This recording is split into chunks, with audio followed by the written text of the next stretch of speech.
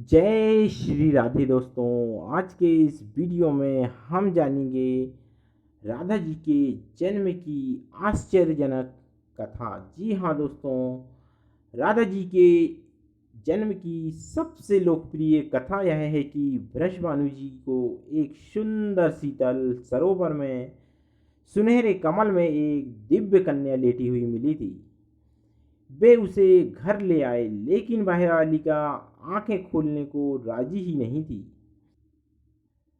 पिता और माता ने समझा कि वे देख नहीं सकती, लेकिन प्रभु लीला ऐसी थी कि राधा सबसे पहले भगवान श्री कृष्ण को ही देखना चाहती थी। अतः जब बाल रूप में श्री कृष्ण जी से उनका सामना हुआ तो उन्होंने आंखें खोल दी।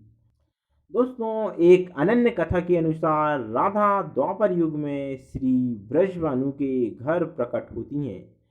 कहते हैं कि एक बार श्री राधा गोलोक बिहारी से रूठ गईं और उसी समय गोप सुदामा प्रकट हुए। राधा का मान उनके लिए असह्य हो गया।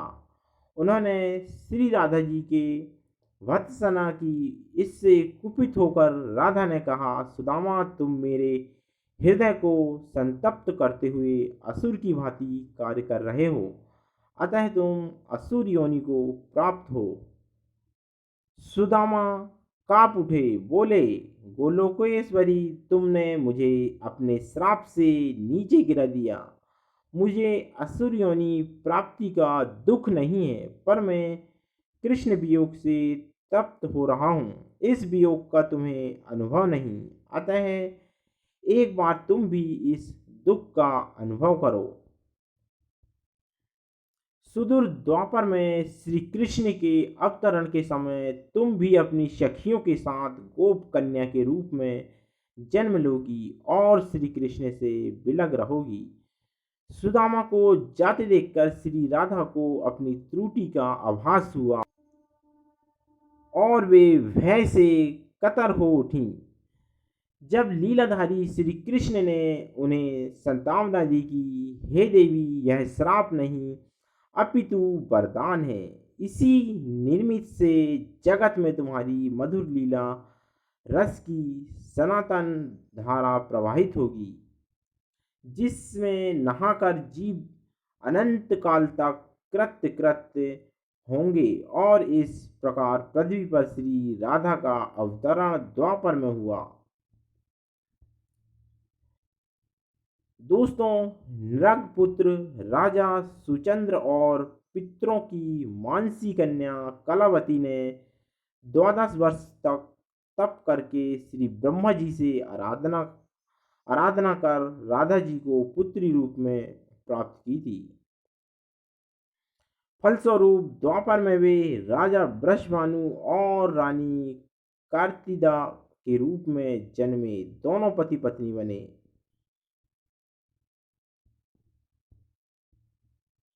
धीरे धीरे श्री राधा के अवतरण का समय आ गया। संपूर्ण ब्रज में कार्तिदा के गर्भधारण का समाचार सुख स्रोत बनकर फैलने लगा। सभी उत्कंठापूर्वक प्रतीक्षा करने लगे। वह मुहूर्त आया। भाद्रपद की शुक्ल अष्टमी चंद्रवासर माध्यम के समय आकाश में मेघाच्छन्न हो गया। सहसा एक ज्योति प्रसूति ग्रह में फैल गई और यह इतनी तीव्र ज्योति थी कि सभी के नेत्र बंद हो गए। एक क्षण पश्चात गोपियों ने देखा कि सत सहस्त्र शरद चंद्रों की क्रांति के साथ एक नन्ही बालिका कार्तिदा मैया के समक्ष लेटी हुई थी। उसके चारों ओर दिव्य पुष्पों का ढेर था। उसके अवतरण के साथ नदियों की धारा निर्मल हो गई। दिशाएं प्रसन्न हो उठी। शीतल मंद पावन अरविंद से सौरभ का विस्तार करते हुए बहने लगी। कहते हैं कि पद्म पुराण में भी एक कथा मिलती है। श्री बृषभानु जी यज्ञ भूमि साफ कर रहे थे तो उन्हें भूमि कन्या रूप में श्री राधा प्राप्त हुई थी। यह भी माना जाता है कि विष्णु के अवतार के समय अन्य देवताओं ने भी अवतार लिया। वैकुंठ में स्थित श्री लक्ष्मी जी राधा रूप में अवतरित हुई। कथा कुछ भी हो, कारण कुछ भी हो, राधा बिना तो कृष्ण है ही नहीं। और राधा का उल्टा होता है धारा। धारा का अर्थ है करंट, यानी जीवन शक्ति। भगवान की जीव शक्ति राधा है। कृष्ण देह तो श्री राधा आत्मा है। कृष्ण शब्द है तो राधा अर्थ है। कृष्ण गीत है तो राधा संगीत है। कृष्ण बंसी है तो राधा स्वर है। और भगवान ने अपनी समस्त संचारी शक्ति राधा में समाहित की है। इसलिए कहते हैं, जहाँ जहाँ कृष्ण राधा, तहाँ तहाँ राधा तहाँ कृष्ण।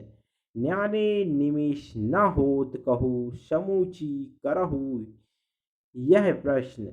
इस नाम की महिमा अपरंपार है। श्री कृष्ण स्वयं कहते हैं, जिस समय मैं किसी के मुख से रा सुनता हूँ, उसे मैं अपना भक्ति प्रेम प्रदान करता हूँ। और धा शब्द के उच्चारण करने पर तो मैं राधा नाम सुनने के लोभ में उसके पीछे चल देता हूँ। राधा कृष्ण की शक्ति का कालांतर में निरंतर विस्तार हुआ है। निम्बार्क, वल्लभ, राधा वल्लभ और सखी समुदाय ने इसे पुष्ट किया है। कृष्ण के साथ श्री राधा सर्वोच्च देवी रूप में विराजमान है। कृष्ण जगत को मोहते हैं और राधा कृष्ण को। 12वीं सदी में जयदेव जी के गीत गोविंद रचना से संपूर्ण भारत में कृष्ण राधा के आध्यात्मिक प्रेम संबंध का जन जन में प्रचार हुआ है। भागवत में राधिका प्रसंग, अनन्या आराधितो नूनम भगवान हरि रीश्वरः यनो विहार गोविंदः प्रीतो यमान यंद्रः। यह प्रश्न उठता है कि तीनों लोकों का तारा कृष्ण को शरण देने के समर्थ रखने वाला ये हृदय उसी आराधिका का है जो पहले राधिका बनी, उसके बाद कृष्ण की आराध्या हो गई। राधा को परिभाषित करने का सामर्थ्य तो ब्रह्मा में भी नहीं है। कृष्ण राधा से पूछते हैं, हे राधे, भागवत में तेरी क्या भूमिका होगी? राधा कहती हैं, मुझे कोई भूमिका नहीं चाहिए कान्हा, मैं तो तुम्हारी छाया बनकर रहूंगी। कृष्ण के प्रत्येक सृजन की पृष्ठभूमि यही छाया है, चाहे वह कृष्ण की बांसुरी का राग हो या गोवर्धन को उठाने वाली तर्जनी। लोकहित के लिए मथुरा से द्वारिका तक की यात्रा की आत्मशक्ति आराधिका में आ आराधिका में आ को हटाने से राधिका बनता है। इसी आराधिका का वर्णन महाभारत या श्रीमद् भागवत में प्राप्त है और श्री राधा नाम का उल्लेख नहीं आता। भागवत में श्री राधा का स्पष्ट नाम का उल्लेख न होने के कारण एक कथा यह भी आती है कि सुखदेव जी को साक्षात श्री कृष्ण से मिलाने वाली राधा हैं और सुखदेव जी उन्हें अपना गुरु मानते हैं। कहते हैं कि सुखदेव जी राधा जी के पास सुख रूप में रहकर राधा राधा का नाम जपते थे।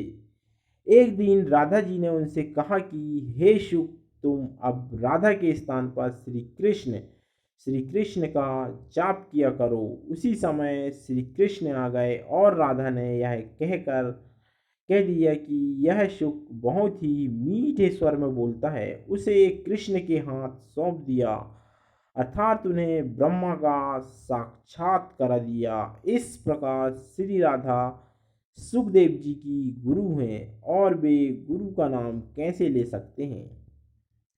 इसी के